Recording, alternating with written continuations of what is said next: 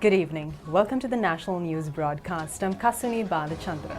A very good evening to you. I am Dishan Veerakon, and we start off by taking a look at your top stories for tonight. The highest number of COVID-19 recoveries in the country recorded today. The President instructs officials to strictly monitor the self-quarantining process after lifting the curfew. The government allocates more than 7,300 rupees worth of funds to provide relief for the public during the quarantine process. Wholesale trading activities in economic centers resume. Democratic candidate Joe Biden edges closer to US presidency while incumbent Trump turns to court.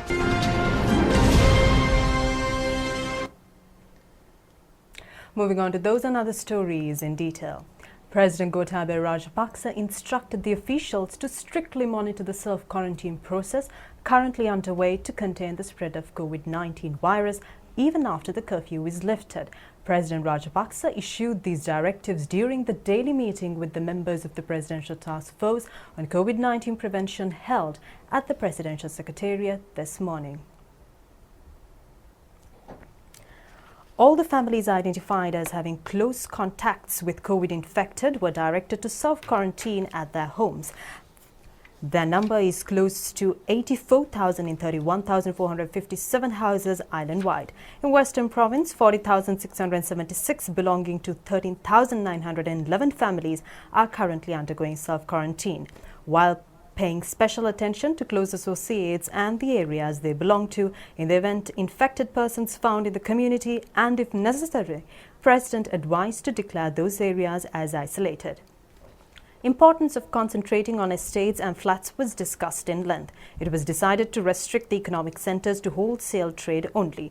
President noted that trade activities should continue while strictly adhering to health guidelines and continuously conducting PCR tests. There is no need to obtain curfew passes for lorries transporting essential goods such as vegetables and fruits between districts. Every step has been taken to continue operations at the free trade zone in Katunayaka. President also instructed to carry out random and continuous PCR tests in the trade zone under the supervision of the Ministry of Health and Sri Lanka Navy with the assistance of private hospitals. Minister Pavitravani Arachi, Member of Parliament Madhura Vithanage, Secretary to the President P.B. Jayasundara and members of the Presidential Task Force were present during the meeting. Head of National Operations Centre for the Prevention of COVID-19 Outbreak, Sri Lanka Army Commander Lieutenant General Shavendra Silva says that unless for a necessity, the centre has no intent to impose the quarantine curfew. He emphasised that all citizens in the country must render their support towards the advancement of the nation together. Meanwhile, the police have indicated that several legal actions will be taken against the quarantine curfew law violators. The quarantine curfew has been imposed in 110 police divisions in Western Province, Kuliapitiya and Ahaliyagoda police divisions and Kurunagala Municipal Council jurisdiction at present. In addition, Giriyulla, Bulathkahupitiya, Mavanalla and Hemattagama police divisions and Galigamo Divisional Secretariat division have been isolated thus far.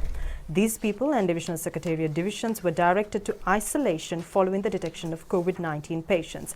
In the meantime, close to 200 persons have been taken into police custody for violating the quarantine curfew in the past 24 hours, and a total of 18 vehicles have also been taken into custody.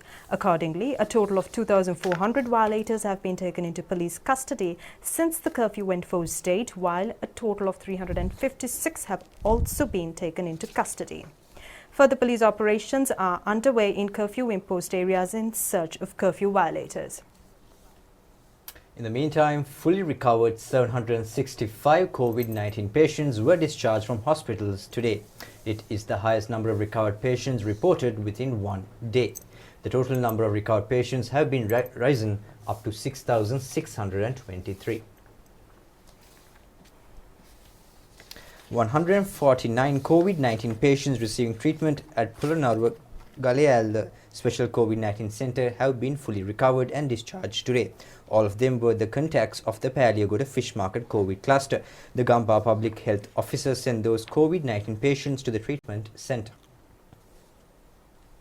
There were 230 new COVID-19 cases which were reported by this evening. Epidemiology unit says that all of them were contacts of Palyagoda COVID cluster. Total number of 8,922 cases were reported in connection to the Minuwangoda and Palyagoda COVID-19 clusters. 10,655 PCR tests were conducted yesterday to identify COVID-19 cases throughout the country. The director of the Sitavaka Export Processing Zone, KHM Kumarapelli, says all the factories within the zone are fully operated. Up to now, there are no COVID-19 cases which were reported from the Sitavaka zone. The director says that there was a false news report carried by certain newspapers mentioning that 5 COVID-19 cases were reported from the Sitavaka export zone. He mentioned that 2,678 employees of the zone have been undergoing PCR tests at the moment.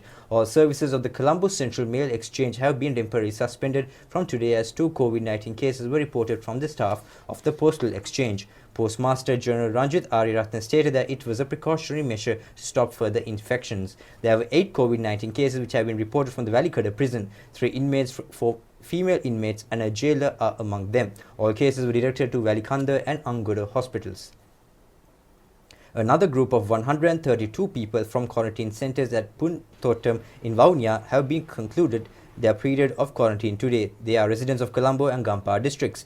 Palyagoda Fish Market was fully disinfected after a period of 14 days since the first detection of COVID-19 cases from that cluster. Defence Ministry used special equipment for a process of disinfection. Timesec Foundation of Singapore donated 50 respiratory life support machines worth 80 million rupees to Sri Lanka today. The director of the Meditechnology Holdings Private Limited, Kapila Giganage, handed over the donation to Health Minister Pavitra Wanyarachi at the ministry premises in Colombo this morning.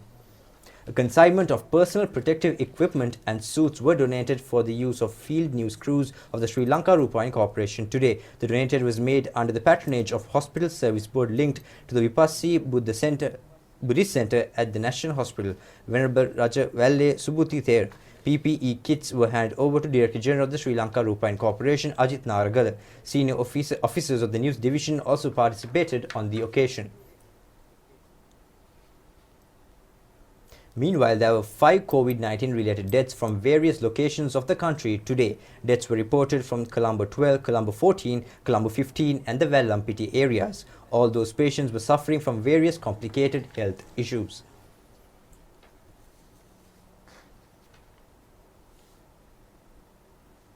And now let's take a look at the global situation regarding the COVID-19 pandemic. Now, new confirmed COVID-19 cases across the globe increased by more than 452,000 in the last 24 hours, bringing the worldwide tally at over 48.1 million. Also, the daily death toll hit more than 8,000 in the previous day, with the total death toll at over 1.22 million thus far. Meanwhile, French COVID-19 patients were transferred between hospitals around the country as France continues to fight to contain this second wave of infections that has put increased strain on the health system. Yesterday's official data showed that France's intensive care units had reached more than 80% of its capacity. Health workers unloaded 2 patients from Vannes airport in western France yesterday from the southern French city of Avignon. 2 other patients were transferred from Avignon into the Scoff Hospital in Lorient in Brittany earlier that day. The health authorities have pointed out that the planes are equipped with 2 or 3 health workers transporting and monitoring 2 patients in an unconscious state at a time. France reported 40,558 new COVID-19 cases in the past 24 hours, with cumulative numbers totaling 1.5 million. A further 385 people have died from COVID-19 in the past 24 hours, bringing the cumulative death count to more than 38,000. Now, Spain registered nearly 9,000 new COVID-19 cases over the past 24 hours, with cumulative coronavirus cases hitting 1.2 million. The death toll related to COVID-19 totaled 38,000 in the country. Health Minister Salvador Illa yesterday noted that the health authorities require more time to observe the imposed anti-coronavirus restrictions to improve the deteriorated condition in the country due to the COVID-19 outbreak to determine whether tougher measures are needed to be implemented instead. Russia reported 19,404 new coronavirus cases today, close to a record high which took the national tally to 1.7 million. Authorities also reported 292 virus-related deaths in the last 24 hours, pushing the official death toll to more than 29,000. Meanwhile, USA, the worst hit nation from COVID-19 in the world, as well as the North American region, has recorded a total of 9.48 million cases thus far. Meanwhile, Brazil has recorded nearly 5.57 million infections, marking the highest number of confirmed cases in the Latin American continent. Argentina has so far reported nearly 1.2 million confirmed cases of infections, with a death toll totaling 32,000. The World Health Organization Director General Dr. Tedros Ghebreyesus called on the world to build more resilient societies and economies via widely accessible COVID-19 vaccines during a speech addressing the opening ceremony of the 3rd China International Import Expo via a video link yesterday. Friends, not throughout history, outbreaks and pandemics have changed economies and societies. This one will be no different. We cannot go back to the way things were. The private sector has a vital role to play in the recovery as we work together to build more resilient societies and economies. We welcome the tremendous innovation that's enabling businesses and communities to begin to rebuild. But innovation is of most value when it narrows inequalities, not widens them. A vaccine will be a vital tool for helping to control the pandemic. As we speak, there are more than 200 candidate vaccines at some stage of clinical development around the world. Through the Access to COVID-19 Tools Accelerator and the COVAX facility, WHO and our partners are seeking to ensure that all people enjoy the benefits of research, development and innovation, not just those who can afford it. Not since World War II has the... Addressing the gathering, Dr. Ghebreyesus also said that the WHO is aiming to have 2 billion doses of vaccine available by the end of 2021. In the meantime, it is up to the people to choose the kind of society and economy they want to rebuild, he added. Now in the UK, Londoners shrugged off a resurgent COVID-19 pandemic and flocked to pubs and restaurants last night, hours before the introduction of a new month-long lockdown across England. It was last orders for a while at the pub in London on Wednesday. Many flocked to bars and restaurants in the city to enjoy a night out before new lockdown measures come in. Restaurants, gyms and non-essential shops in England are all due to close on Thursday for 4 weeks. The UK is grappling with a second wave of coronavirus infections, with some 20,000 new cases being recorded each day. The death toll rose on Wednesday by 492, the most since mid-May. Scientists have warned that if left unchecked, Britain could face 80,000 more deaths in a worst-case scenario. But people on the streets were divided about the effectiveness of the new measures. I think it's a terrible thing. I'm very sad, and I think that it would be great if somehow they could stay open. When it comes to pub shutting, I think it's a great idea to curb the spread of coronavirus. But I do think it's sad for those whose jobs rely on the social aspect. Well, it's been very difficult. It's already been very difficult. Tio Cantino owns Pagliaccio in West London. He said it was only the second time that the Italian restaurant had closed in its more than 20-year history. The first time was during the previous lockdown, and he worries for the livelihoods of his staff. I employ over 20 people, and I got people working for me for the last 22 years, some of them 20. So I still got to keep them going because they're married, they got kids, they got mortgages. Some revellers weren't keen to call it a night, and police had to disperse several crowds. Earlier in the day, officers had taken to social media to urge people to socially distance. The Australian government has agreed to purchase 2 more COVID-19 vaccines in development, beefing up the country's prospective arsenal against the pandemic to 135 million doses as it aims to complete a mass inoculation program within months. Australia signed 2 deals on Thursday to buy 50 million more doses of potential COVID-19 vaccines. Novavax will provide 40 million of the doses, while Pfizer and BioNTech will provide 10 million. Thursday's agreements followed deals in September with AstraZeneca and CSL, worth $1.2 billion. All 4 vaccines are leading candidates in the race to get regulatory approval in the United States and Europe. Announcing the investment, Prime Minister Scott Morrison said Australia would be ahead of the game.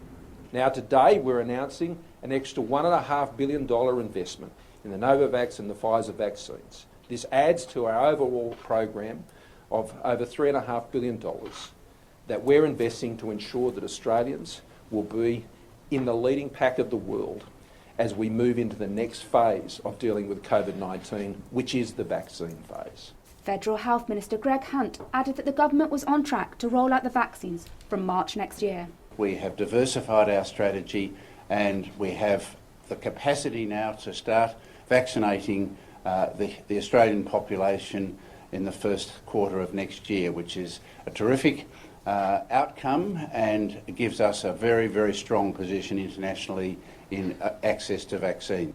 Australia has reported just over 27,600 cases of COVID-19 and 907 deaths, far less than many other developed countries. The majority of cases have been reported in the hotspot state of Victoria, but the state reported no new cases for the 6th straight day on Thursday.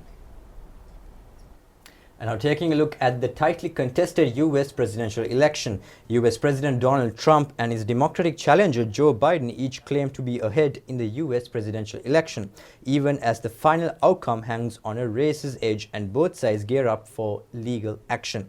Meanwhile, votes are still being counted in the key battleground states which would decide the election. Democratic presidential candidate Biden is currently leading the national popular vote with 50.5% to incumbent Donald Trump's 48%, a lead of 3.5 million votes. Preliminary figures indicated the highest turnout since 1900, with 66.9% of eligible voters turning out compared with 60.1% in 2016. So far, Democratic presidential candidate Biden has 243 Electoral College votes and President Trump has 214. To win the presidency, 270 votes are needed. President Trump has been projected to win Florida, Ohio, Texas and Iowa already, and yet Democratic challenger Biden has been projected to have won Michigan, a state that President won in 2016, and tight races are still underway in Arizona, Pennsylvania, North Carolina, Nevada and Georgia. Accordingly, the Trump campaign has challenged vote counts in the key states of Wisconsin, Georgia, Pennsylvania and Michigan, claiming that the campaign had been denied meaningful access to observe the opening of ballots and the tally. Protesters turned out in multiple US cities yesterday to call for a complete count of presidential election votes, while smaller pro-Trump groups rallied outside vote counting centers in Michigan and Arizona. Police in New York arrested dozens of people last night after what had been peaceful demonstrations. Officials say a small group of people attempted to hijack the protest by setting trash fires and clashing with officers.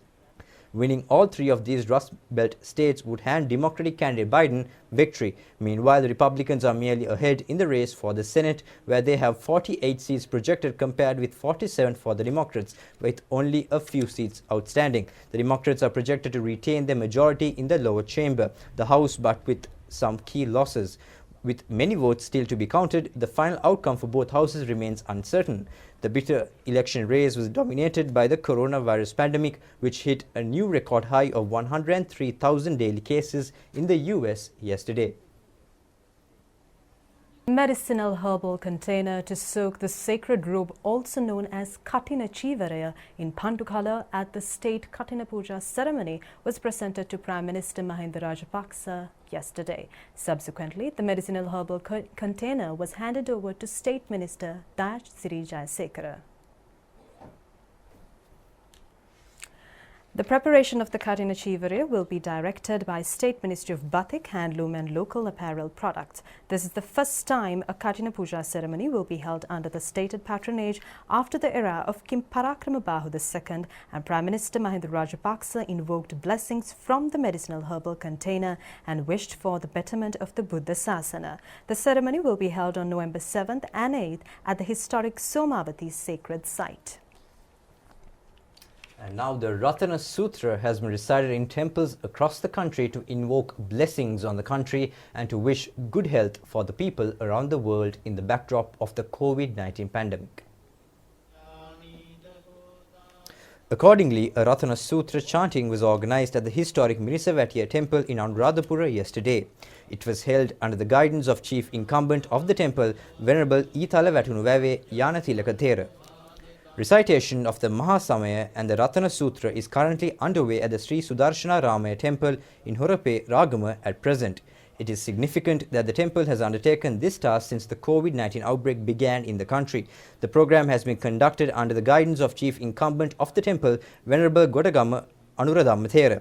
Spirit chanting is conducted for a period of 3 hours on each day at the Tuduve Gedare Sri Isipatanarama temple under the guidance of his Chief Incumbent, Venerable Rasingolla Thera.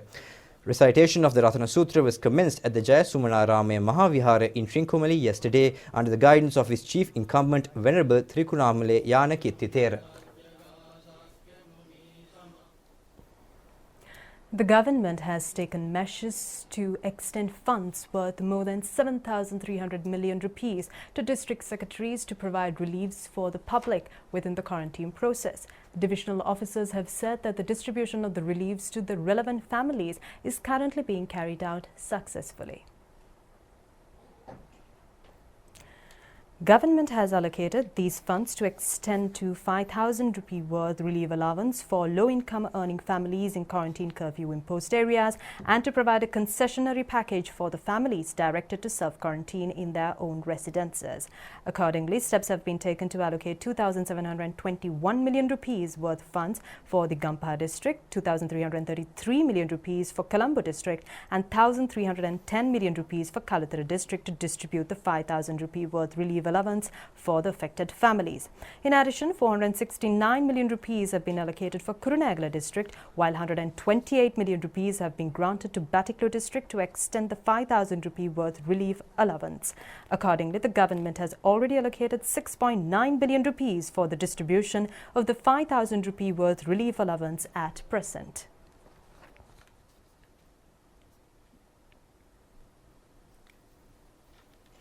Now, in the meantime, the government has imposed a maximum price rate on the selling price of rice for rice producers and mill owners. The relevant gazette notification was issued by the Consumer Affairs Authority yesterday.